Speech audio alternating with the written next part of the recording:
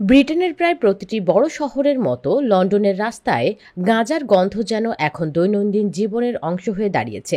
এই উদ্ভট বাস্তবতা নিয়ে উদ্বেগ প্রকাশ করেছেন দেশটির একাধিক শীর্ষ পুলিশ কর্মকর্তা।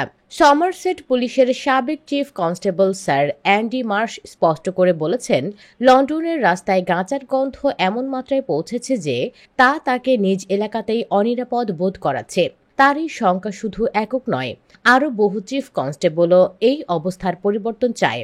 সাধারণ নাগরিকরাও প্রায় অভিযোগ করছেন, রাস্তায় হাঁটতে গেলে কিংবা পার্কে বসলে গাঁজার তীব্র গন্ধে অতিষ্ঠ হতে হয়। অথচ বাস্তবতা হলো, ব্রিটিশ রাজনীতিকদের একটি বড় অংশ এখনও গাঁজার ব্যবহারে নরম অবস্থান ধরে রেখেছেন। যদিও গাঁজা ক্লাস বি মাদক হিসেবে তালিকাভুক্ত, কিন্তু বাস্তব জীবনে এর বিরুদ্ধে আইন প্রয়োগে খুব একটা কঠোরতা দেখা যায় না। উদাহরণস্বরূপ, লন্ডনের মেয়র সাদিক খান সম্প্রতি গাঁজার অল্প পরিমাণে দখলকে অপরাধ মুক্ত করার প্রস্তাব দিয়েছেন। ধারণা করা হচ্ছে, গাঁজার ব্যবহার এতটাই সাধারণ হয়ে পড়েছে যে তা নিয়ন্ত্রণ করতে গেলে নতুন করে সামাজিক অস্থিরতা তৈরি হতে পারে। এমন আশঙ্কা থেকেই এসেছে এই প্রস্তাব। তবে সমস্যা এখানেই শেষ নয়। চিকিৎসায় সীমিতভাবে গাঁজার ব্যবহার অনুমোদিত হলেও এই অনুমতির আড়ালে সমাজে গাঁজাকে নিরীহ ও বৈধ হিসেবে প্রতিষ্ঠা করার প্রবণতা বাড়ছে। পুলিশি তদন্তে দেখা গেছে, গাঁজা বিক্রির সঙ্গে অনেক সময় মানব পাচার ও অস্ত্র ব্যবসার মতো গুরুতর অপরাধও জড়িত থাকে। স্কটল্যান্ডের গ্লাসগোতে সম্প্রতি 3টি গাঁজা ফার্মে অভিযান চালিয়ে এমন একটি চক্রের সন্ধান পাওয়া গেছে যাদের সঙ্গে মানব পাচারের সংশ্লিষ্টতা ছিল বলে সন্দেহ করা হচ্ছে। গাঁজার ব্যবহারকে যতটা সাধারণ মনে করা হচ্ছে, বাস্তবতা কিন্তু অনেক বেশি ভয়াবহ। মানসিক রোগ, সাইকোসিস, এমনকি গাঁজা গ্রহণ করে গাড়ি চালানো, এসব গুরুতর ঝুঁকি রয়েছে এর সঙ্গে।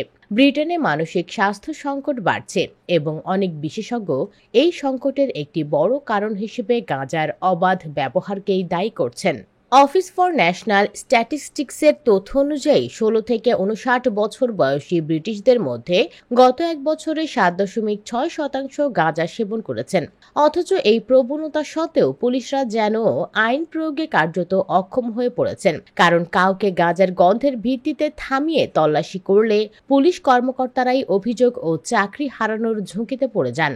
পুলিশ ফেডারেশনের ডেপুটি চেয়ারম্যান ব্রায়ান বুথ এ বিষয়ে সতর্ক করে বলেছেন, এখন অনেক পুলিশ কর্মকর্তা গাঁজার গন্ধ পেলেও ভয় থাকেন, কারণ তল্লাশির পর যদি কোনো অভিযোগ ওঠে তাহলে হয়তো চাকরি নিয়েই টানাটানি শুরু হবে। এই পরিস্থিতিকে আরও জটিল করে তুলেছে স্টপ অ্যান্ড সার্চ পদ্ধতির ব্যবহার কমে যাওয়া। একদিকে শীর্ষ পুলিশ কর্মকর্তারা শক্ত অবস্থানের পক্ষে, কিন্তু ফ্রন্ট লাইনের অফিসাররা পর্যাপ্ত নৈতিক ও প্রশাসনিক সহায়তা না পাওয়ায় কার্যত নিষ্ক্রিয় হয়ে পড়েছেন। বিশ্লেষকদের মতে, গাঁজার এই লাগামহীন বিস্তার শুধু অপরাধী বাড়াচ্ছে না, সমাজে এক ধরনের অদৃশ্য নিরাপত্তাহীনতার আবহ তৈরি করছে। এই সমস্যা থেকে উত্তরণের জন্য প্রয়োজন রাজনৈতিক নেতৃত্বের স্পষ্ট ও সাহসী অবস্থান, পুলিশের পূর্ণ সহায়তা এবং আইনের কঠোর ও সমন্বিত প্রয়োগ। অন্যথায় গাঁজার গন্ধের সঙ্গে বসবাস করতে অভ্যস্ত হয়ে পড়বে গোটা একটি প্রজন্ম, যা ভবিষ্যতের জন্য এক ভয়ঙ্কর সংকেত।